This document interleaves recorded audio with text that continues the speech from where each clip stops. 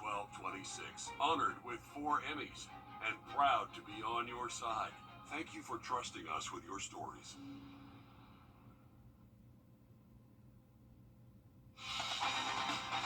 Live from Augusta, breaking news. We begin with breaking news on both sides of the river, starting in Graniteville, where one person has been shot and injured tonight. Right now, Bettis Academy Road is shut down. Your Kennedy Payne joining us now live as close as she can get to that scene. Kennedy, you're there. What are you seeing out there right now? Seeing a ton of heavy police presence, Ashley, even though this happened at around 8:45.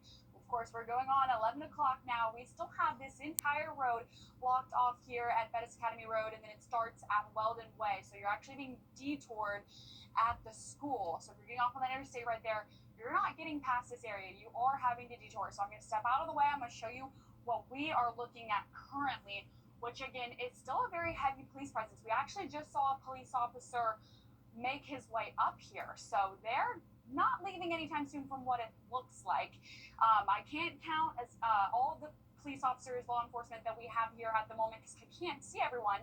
We are as close as we can get right now. But again, if you are coming down Bettis Academy Road and Weldon Way, you're not going to be able to make it past. They have law enforcement sitting right there at the light, and they are going to detour you. So if you live in this area, I think it's actually just if you live maybe with your house in between this area, that's how you're going to be able to get down here. They're letting you get to your house, but other than that, you're having to make your way around. So again, we do know that someone was shot and injured near the Dollar General, which is where we are. We're near the SRP Bank as well. We do have some law enforcement pulling out right now. We actually see a tow truck with a car on the tow. I'm not sure what that is about right now. Hopefully we'll have some more answers later on for you guys. But we have seen some neighbors out here who are asking some questions. They're saying they're not sure what's going on either. So they're not sure. Sorry, that's very loud. We have some law enforcement that's leaving right now. But like I said, neighbors are not sure what's going on here either. They're asking us if we have any information for them. So plenty of people that have been kind of active out here wondering what's going on. But again, if you are out in the Bettis Academy Road area, you're going to have to turn around for right now. But still a very heavy police presence almost 2 hours later. Yeah, I was about to say 2 hours later, and as you can see behind you, an active crime scene after that person was shot and injured. And, neighbors are wondering, and we are working to get more information on air and online as we learn more. So thanks for that, Kennedy, being out there for us and shedding some light as to how that investigation is going. Now to breaking news out of Richmond County. 2 years after 42-year-old James Brinson was killed, 2 suspects are now behind bars. The sheriff's office says that the suspects, 45-year-old Garnett Gaines and 22-year-old McKean Gaines, were arrested today. That mother and son both charged with murder. You're taking a look at this map of where deputies say the shooting happened back in 2023 on Lumpkin Road. We're going to keep you updated as we continue to work on getting new information regarding this deadly shooting. New tonight, Riverside Village Apartments is getting closer to being fully completed. However, some people are concerned about parking space. So you can see where Riverside Village is right there on your screen. If you've been to a Green Jackets game or even in that area, you know how fast that parking fills up. So with already limited parking, the questions that's being asked: how is parking being addressed for the future? Well, the plan is to use nearby parking garages and some parking that's going to be on site. We did reach out to Planning Director Tommy Paradise, who says that a traffic study wasn't required in that area. However, people say they're already feeling the impact. Your Kennedy Payne explains what city leaders are saying about possible parking issues. New walls are rising along the river, 3 new buildings and more than 300 apartments. Building GH, there will be people moving in September.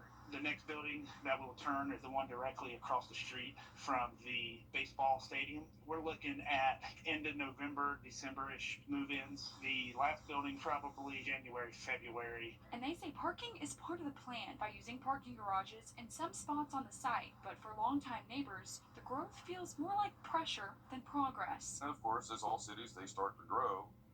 But this one, I think they forgot to kind of make sure they did some proper steps as they're growing. They're growing a little fast, and it's a little careless, some of the things that they're doing. Richard Cornett has lived here for 2 decades, and he worries Brick Pond Park could be pushed to the edge. But I suspect very strongly that they're trying to keep people out of it, let people, hey, it's going to be broke for a long time, you're not going to be down here, and when people forget about it, then they're going to start developing. But that's an opinion. Planning Director Tommy Paradise says the project does not encroach on the pond, and this is something they looked at very closely. He also says because of the downtown zoning, no traffic impact analysis was required for the new construction. Still, some neighbors fear the blueprint for North Augusta's future isn't being built to last. And every town needs to develop, and we need development. But it needs to be done smartly, and I don't believe it's being done smartly.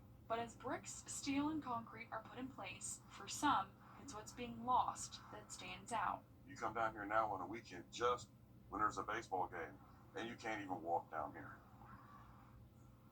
And it's not just new people moving in. New shops and restaurants are also expected to open soon. All right, turning to weather now with a live look over downtown Augusta. Emily, it felt so nice today, and I was looking earlier when you were doing your forecast. Nice to see those 80s. Yes, I'm excited for it. I love this weather as well. We're not really dealing with a lot of humidity. Things are nice and dry, beautiful sky conditions. That's going to continue for your Wednesday as well. Thursday might be a little bit more on the cloudy side, a hit or miss shower, but Friday and Saturday, that's going to be our best chance to get some measurable rainfall for us here in the CSRA. And not everybody's going to see rain all day, but it is going to be a little bit wet for the start of our Friday and then again throughout our Saturday. But tomorrow, beautiful conditions. We'll wake up with temperatures in the upper 50s, so a little bit on the chillier side, but plenty of sunshine will help us warm up quickly. We'll see those middle 80s by the afternoon. Again, it's going to feel very comfortable again because we're expecting low humidity levels, so it's not going to feel stuffy or kind of feel like that summer heat. Things are going to be very comfortable, maybe feel a little bit more like fall for us, but again, we do have that rain over the next couple of days. I'll have a look at your full forecast coming up. All right, thank you, Emily. We're on your side with a safety alert tonight out of North Augusta. Some people say that they're noticing brown water coming from their pipes. So News 12 did some digging, and here's what you need to know. The city says that the Public Services Department posted on Facebook that it's testing the capacity of the water system. Fire crews are going to be opening up fire hydrants to check the water that could cause settled mineral deposits to break away and get into the water. One homeowner sent us some pics showing some of the water that they were experiencing today. Their water did eventually clear up. The testing program started back on April 21st, and it's going to continue through the week until December 12th. And we do want to mention that officials say that water is safe to drink and cook with. However, if the water's brown, it could still stain your laundry. So be careful and mindful of that. If you do have discolored water, North Augusta says that you need to run your cold water for several minutes to allow that water to clear up. And we're also seeing the same thing in Columbia County right now, where we're on your side with more information on its water discoloration.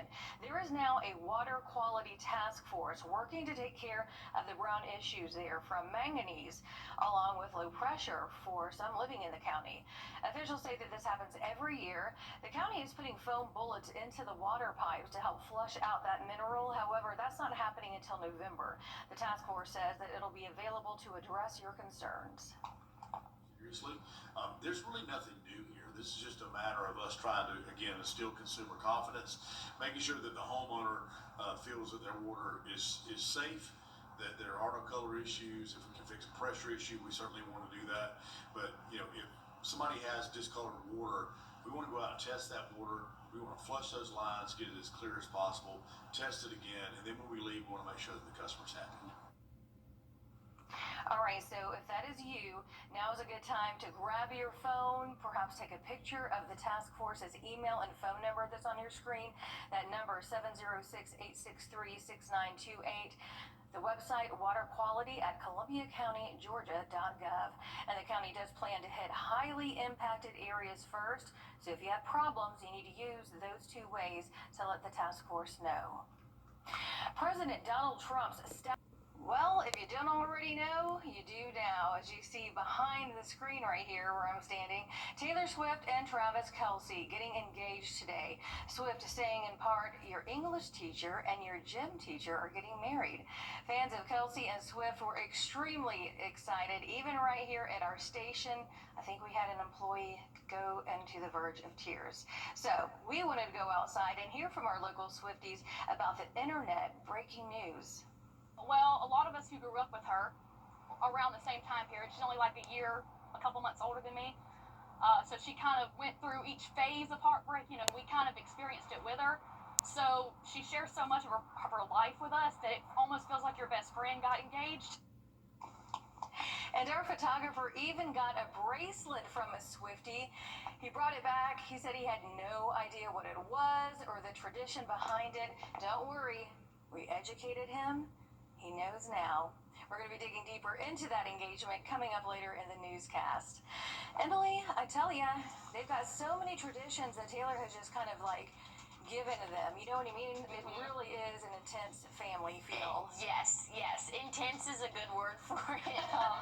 But, I mean, the people love it who are Swifties. But anyways, looking at what we can expect tomorrow, I'm definitely loving the forecast for us. I'll have a look at what we can expect throughout the next 7 days coming up. At Parker's Kitchen, we want to offer the best value to our customers, and that's why we serve the biggest, the juiciest, the crispiest chicken tender at a great price. When you're hungry, size matters.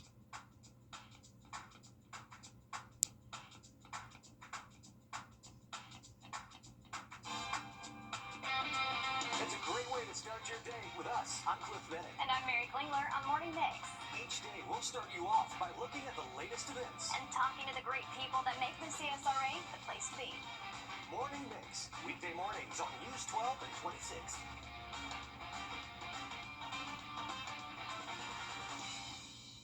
You're the boss this Labor Day at Come.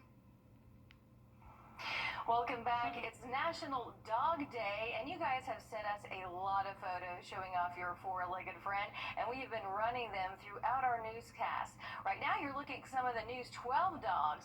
We've got Nova, Zoe, and Loki, also Archie, Doc, and Cash. There's Phoebe Buffet. That's my girl. Yep, Phoebe. That's Alyssa's, right? No, that's me. That's yours. Yeah, they're similar. They're That's similar. right. Okay. So. Yeah, well, National Dog Day was actually founded 2 decades ago by animal rescue advocate Colleen Page. If you didn't see your dog, well, it's going to be on our website. It's going to be somewhere where you can find it, I'm sure. We're going to be showing off more pics later on in the newscast, too. Yeah, we've had a lot of fun here, and I think a lot of our viewers have had a great time, too, sending in pictures, posting on Facebook. I've just been flooded with dog pictures throughout the day, so it's been a good day for us. So I definitely loved that. And, hey, if you want to take your furry friend out on a walk tomorrow morning, it's going to be very comfortable for us, waking up with temperatures in the upper 50s. So might need a light jacket as you head out the door. We'll warm up nicely, though, as we go throughout the afternoon. You won't need a rain jacket for your Wednesday, but keep it close by the time we hit the end of the work week and into our weekend. That's when those rain chances will start to increase for us. So keeping a close eye on any of those Friday night football plans. But as of right now, things are nice and dry for the overnight hours. Once we get into Wednesday, starting off dry, staying dry, plenty of sunshine again for the middle of the week. Once we get into Thursday, maybe a few more clouds and then an isolated shower or two. We'll stop by later on in the afternoon. Friday morning, and wow, this is a drastic difference in what it was just about 20 minutes ago. So I love it when the models change on me as I'm up here. But we're going to see rainfall early Friday morning, anticipating us to see some more widespread showers for our area. Again, not going to be anything super heavy, but enough where it's going to be measurable rainfall for us for your Friday morning. Saturday, though, looking a little bit more widespread and heavy in spots, so anticipate that potential for an isolated flash flood watch or warning.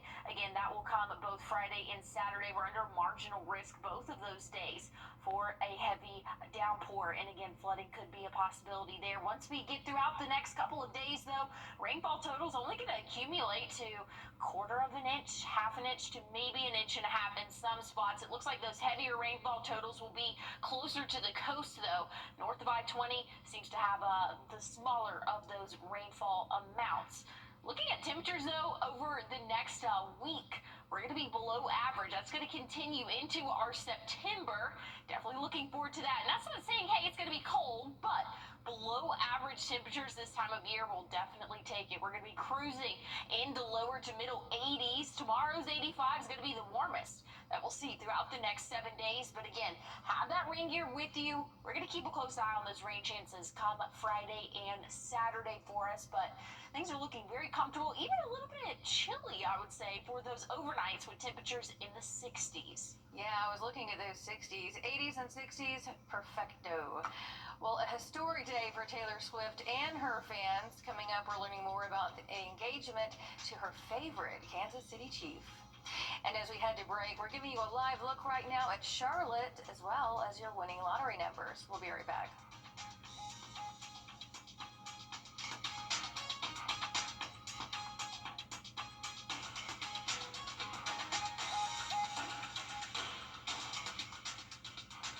Tide and Temp, brought to you by your First Alert weather team.